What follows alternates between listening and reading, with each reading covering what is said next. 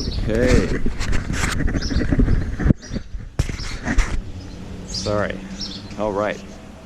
We're here and we're going to demonstrate how to set up drip irrigation to a raised garden bed. And I'm here in my home garden, and we're going to be setting up drip tape to this small bed here.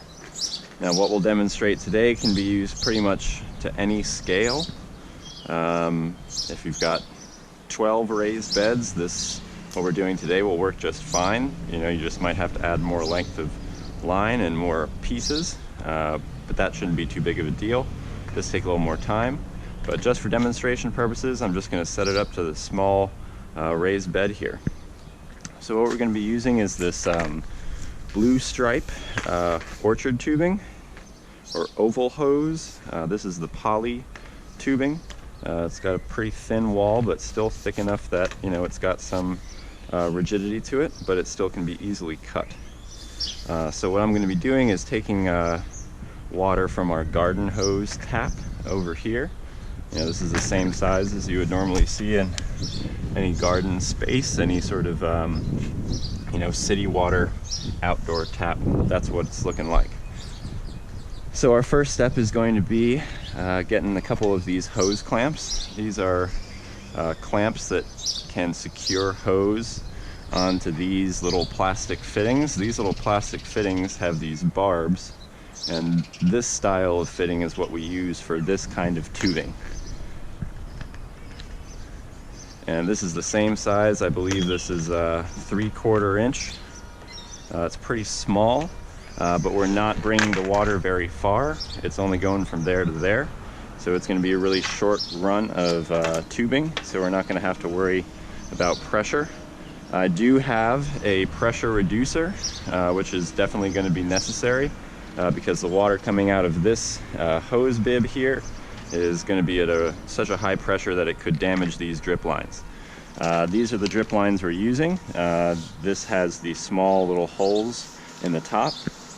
I like this stuff best for this application because it is really easy to work with, it's really lightweight, and it's super inexpensive compared to other styles of drip tape.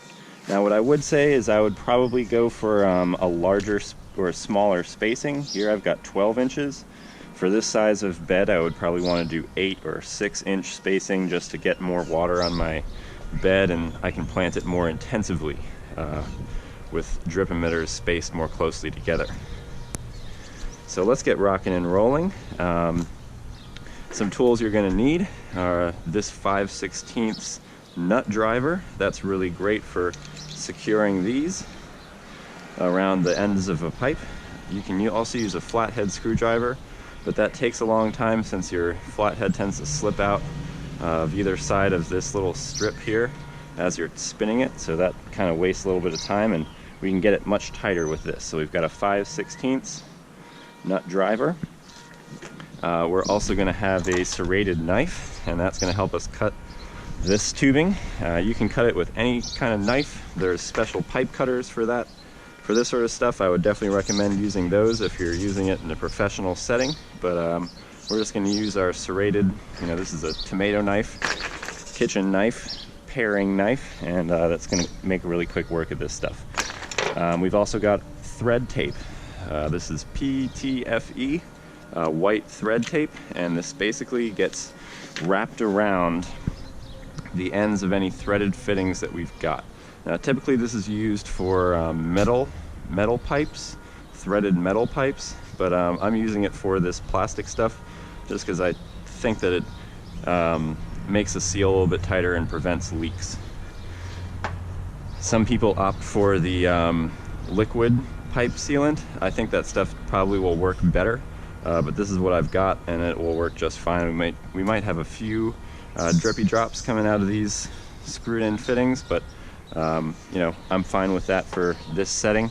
If you're really trying to save water, I would definitely use the liquid stuff and make sure all your fittings are tight, but just for demonstration purposes and the sake of time here, we're just gonna slap it all together really quick. So I'm gonna take my tubing, my hose clamp, and my nut driver, and on my hose bib I've got a I've got a two-way here, and this two-way is just going to make it so that I can also connect this garden hose and run the drip off the same hose bib. I don't need to annoy my neighbors when they want to use the garden hose. We can use both of these sorts of things.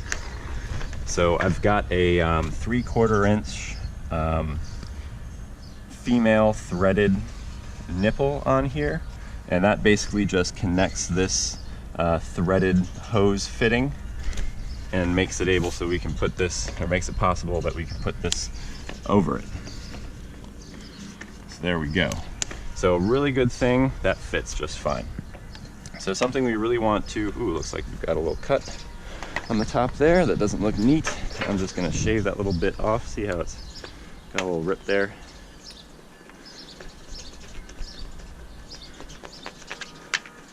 Nice. See how beautifully that cuts it? That's really great.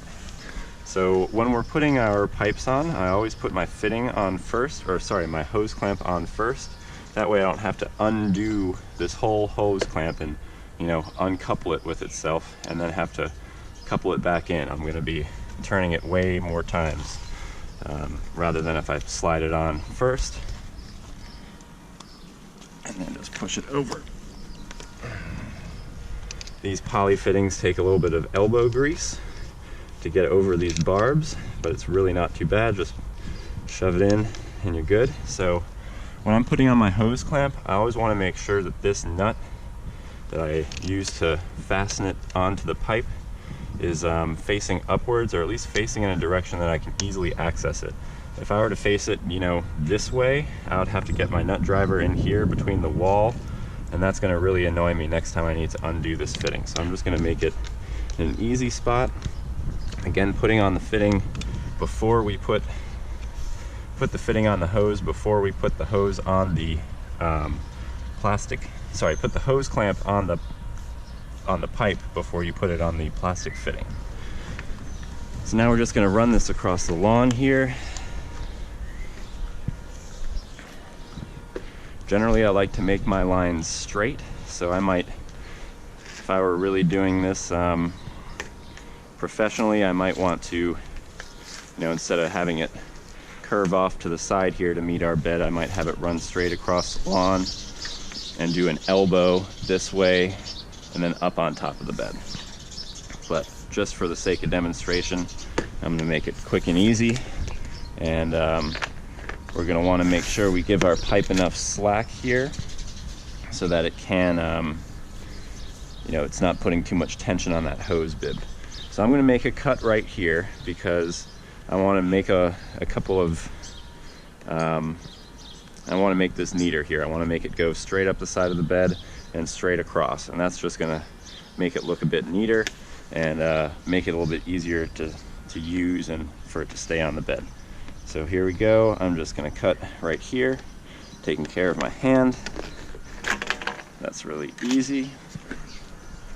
So this stuff, when it's unraveled, it tends to you know, want to take its previous shape, and unfortunately what I've got going on here is something that's not too great.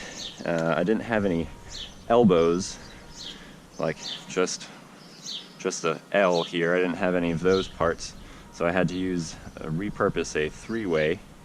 So I'm just going to use my three-way here as an elbow. I'm going to put my clamps on first.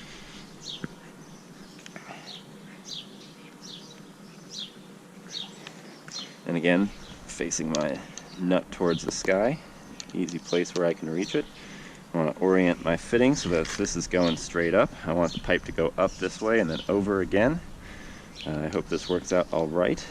I'm just going to secure this down. This only takes a second with our nut driver. You can also use a power drill with that sort of attachment. This 5/16 nut driver on it. That will work just fine. I would say that, you know, you might over torque your clamp on your hose and you could crack that small plastic fitting, but that shouldn't be too big of a deal. Whoops, let's see. You can always replace it, but what I wouldn't over torque it in the first place. So let's see, we've got that. We're going to need these little end caps here. now that I've got this running this way, I'm going to use this side and just make it closed end here. So an easy way to get these fittings on is just to sort of tap on the pipe with your thing. Also